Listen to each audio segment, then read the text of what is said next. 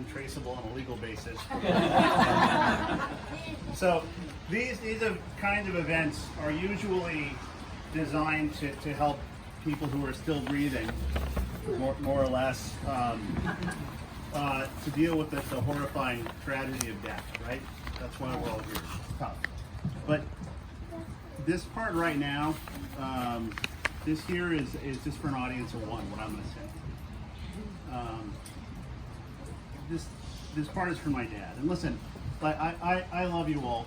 And I even know some of you.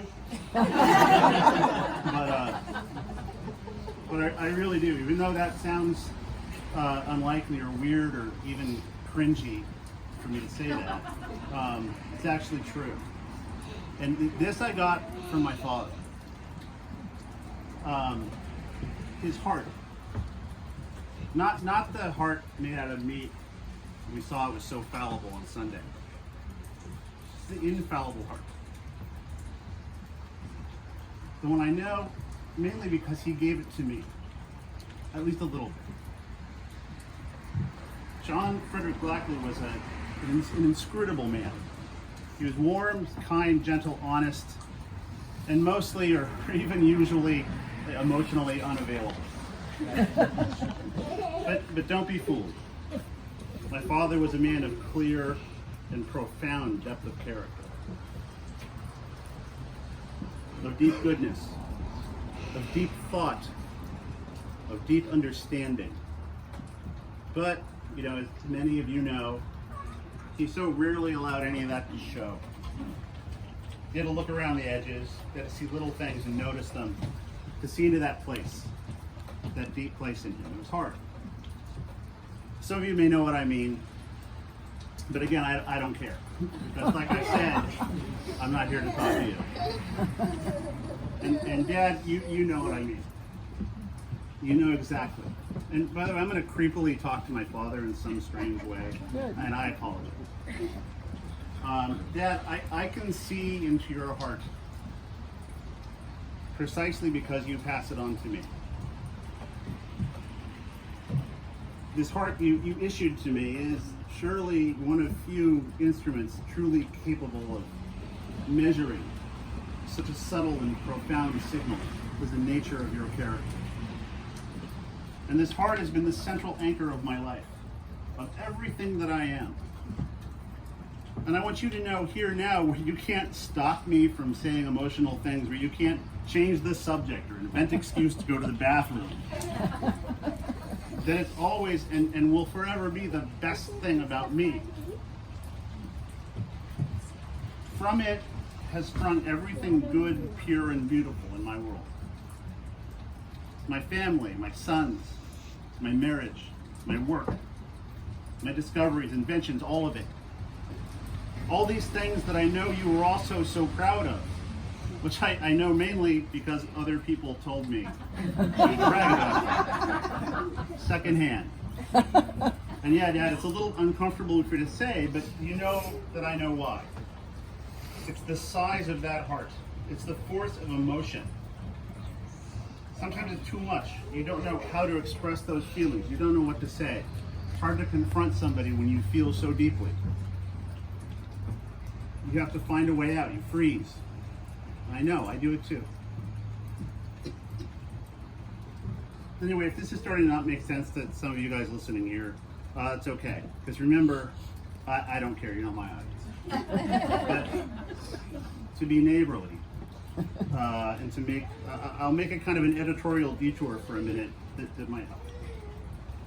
One of my dad's heroes, as some of you know, was General George Smith Patton Jr. And no, I am not about to launch into some tiresome military analogy.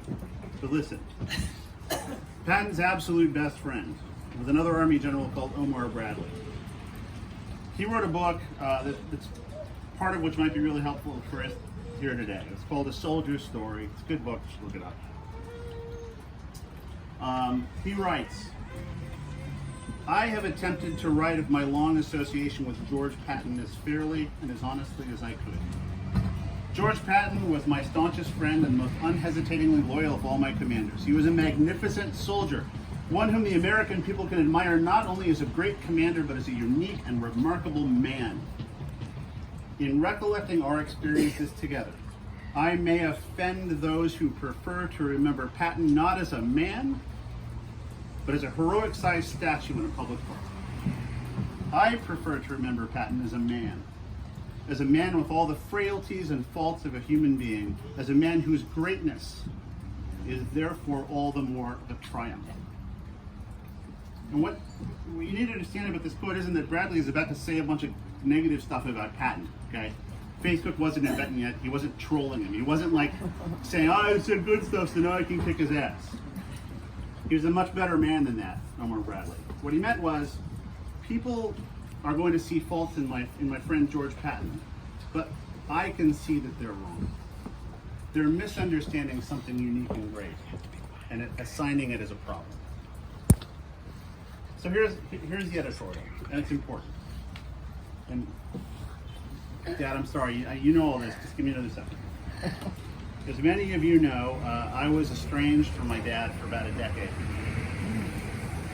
I don't want to bury it or pretend that life is always easier, that things always work out the way they should, because they don't, okay?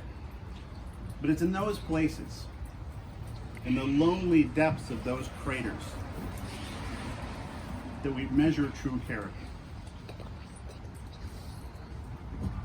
When my dad was in high school, where he was an amazing student and I'm guessing a bit of an irritating nerd, he saved up and bought a car.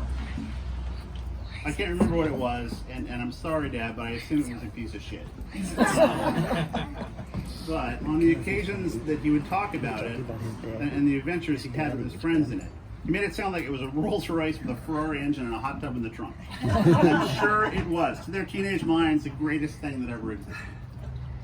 I took Dad to see his ragtime idol Max Morath all across Colorado. Took him to play music with his friends. Maybe it took him on his first date. But there's a dark side to this. One that I only ever really heard once. One day Dad came back from school and the car was gone. It was stolen? No. No, his dad had sold it. His father had sold his car to pay some debt, get out of some financial bind, something. He'd used teenage Fred's good work and efforts to bail himself out. The child caring for the parent, involuntarily. Were you bitter, Dad? Not that I saw. I saw you loving your father even when others told you not to. Even when they told you should reject him. I saw you striving to let Amanda and me know him, to be close to him. Somehow, you found your love for him past that event that could, and rightly, destroy a childhood and a parental relationship. Later, your father went to federal prison. And again, even in that horrible event, you weren't small. You weren't bitter. You were forgiving, loving, amazingly, and it's hard, because it's hard to set a boundary with somebody who hurts you, especially a family member. It's a beautiful thing. It's strong. It's not a fault. Many people criticize my father for continuing to have a relationship with his dad after that. Many would say, and I saw as a child, you should disavow him. But you didn't. It's not something that some people will understand, but I do. And I love you so much for that. I strive for that. Match that. And it goes on. Dad became a captain, Captain J.F. Blackley, U.S. Army, when, unlike so many who ran away to Canada or suddenly got bone spurs, he volunteered for service during the Vietnam War. Right out of medical school. Right when his career should be starting. Right after getting married. He stood up, he did the right thing. And instead of being sent to Southeast Asia, he found himself in West Germany at the literal height of the Cold War, at its terrifying front line, with a live nuclear weapon. And like many of his generation, he never told me enough about this. But there are records, and I'm a nerd, and I found them. Here are some highlights. 3 soldiers got radiation sickness from the W-52 thermonuclear warhead, and my father treated them. Spies or something else killed 2 men in his unit, one when my father was on guard duty. The Soviet army patrolled across the border from them and harassed them, played music at them, shot their guns at them. The Soviet Red Army, who also had a live nuclear weapon. My father did this for years.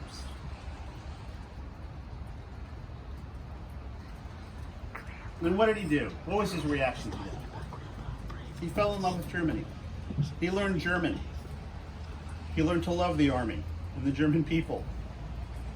He dealt with some of the scariest things in the world, and using that magnificent heart, that sense of what's right, he ended up doing the best thing.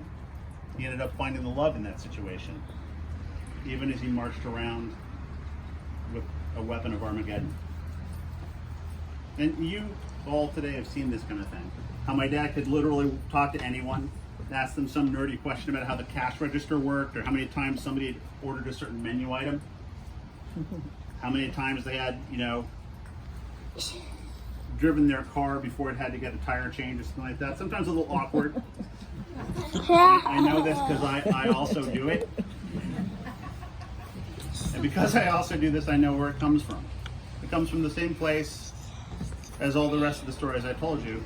It comes from the fact that my father had his heart open to everyone all the time, always. And this, of course, is the driving force behind everything that he did and everything that he was. And there are more. But honestly, Dad, I'm sorry it's getting long. And I went back to just you and me and stopped talking to all these people. Sometimes, when we're in these tough situations, both you and I, we don't set good boundaries. We open our hearts and we get hurt. And it has consequences. You and I have both done that, Dad. And Dad, there were challenges in our family. They lasted for years. And in the end, we overcame them. We overcame them with love. And we found each other again. And I know you know what I mean. Because to me, it means everything. I'm grateful. Anyway, I'm getting a little teary, and it's getting long. And like a lot of times I find myself probably reacting the same way as my dad would and getting misty-eyed and pretentious and silly. There's one difference here that I want to make sure to point out. I'm up here bragging, talking about all this stuff, and one of the things I still need to learn from my father is I'd be a little more quiet. So, I'll miss my daddy forever, but I promise you, sir, that I will pass on all this love, all this goodness to my sons, and to everyone else who will listen or watch or even just vaguely pay attention to me. And I promise to always think, what would Dad do? And to be clear and honest, have a large scotch is always and probably the most important part of the Fred Blackley plan.